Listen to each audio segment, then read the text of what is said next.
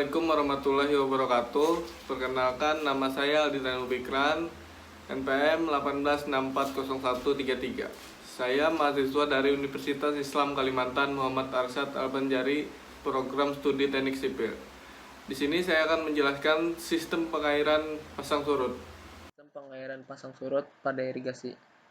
Irigasi merupakan suatu ilmu yang memanfaatkan air untuk tanaman mulai dari tumbuh sampai masa panen. Air tersebut diambil dari sumbernya, dibawa melalui saluran, dibagikan kepada tanaman yang memerlukan secara teratur. Dan setelah air tersebut terpakai, kemudian dibuang melalui saluran pembuang menuju sungai kembali. Irigasi merupakan salah satu faktor penting dalam produksi bahan pangan. Sistem irigasi dapat diartikan sebagai satu kesatuan tersusun dari berbagai komponen, menyangkut upaya penyediaan, pembagian, pengelolaan, dan pengaturan air dalam rangka meningkatkan produksi pertanian. Irigasi pasang surut. Yang dimaksud dengan irigasi pasang surut adalah suatu irigasi yang memanfaatkan pengempangan air sungai akibat pasang surut air laut. Area yang dapat dilakukan teknik irigasi ini adalah area yang mendapat pengaruh langsung dari peristiwa pasang surut air laut. Lahan pasang surut. Lahan pasang surut adalah lahan yang pada musim penghujan pada bulan Desember sampai bulan Mei, permukaan air pada sawah akan naik sehingga tidak dapat ditanami padi. Pada musim kemarau, bulan Juli sampai September, air merupakan akan surut yang mana pada saat itu tanaman padi sawah baru dapat ditanami atau pada lokasi yang berair. Sistem pengairan pasang surut pada irigasi. Tujuan dan manfaat irigasi. Tujuan membasahi tanaman. Irigasi digunakan membasahi tanah dengan tujuan untuk memenuhi kekurangan air di daerah pertanian pada saat air hujan kurang atau tidak. 2. Pemberian air bertujuan untuk memberi zat-zat yang berguna bagi tanaman itu sendiri. 3. Untuk memperbaiki atau meninggikan permukaan tanah. 4. Untuk membersihkan tanah atau memberantas hama yang berada dalam tanah dan membahayakan bagi tanaman. Dan untuk manfaat: 1. Untuk mengurangi bahaya erosi tanah.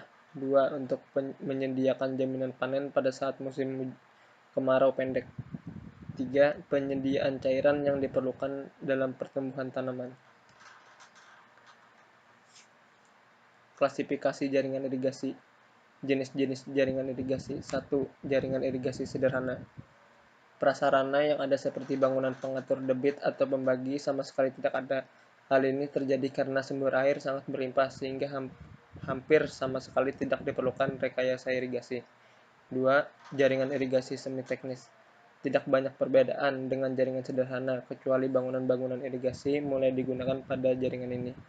Jaringan pembuangan dan irigasi masih menyatu, akan tetapi sudah dapat mengairi petak sawah yang lebih besar daripada irigasi sederhana.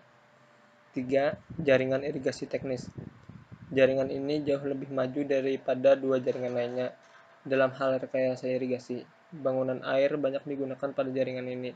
Sepenuhnya saluran irigasi dan pembuang bekerja secara terpisah, sehingga pembagian air dan pembuangan air optimum.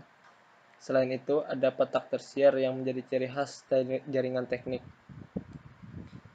Petak tersier kebutuhannya diserahkan petani dan hanya perlu disesuaikan dengan saluran primer dan sekunder yang ada. Kesimpulan, dari uraian di atas, pentingnya usaha penyediaan air dan pengaturan air agar menunjang pertumbuhan tanaman dan menciptakan kesuburan tanah. Oleh karena itu, bahwa kehadiran air merupakan sumber kehidupan. Sekian dari video saya. Apabila ada salah kata, mohon maaf. Wassalamualaikum warahmatullahi wabarakatuh.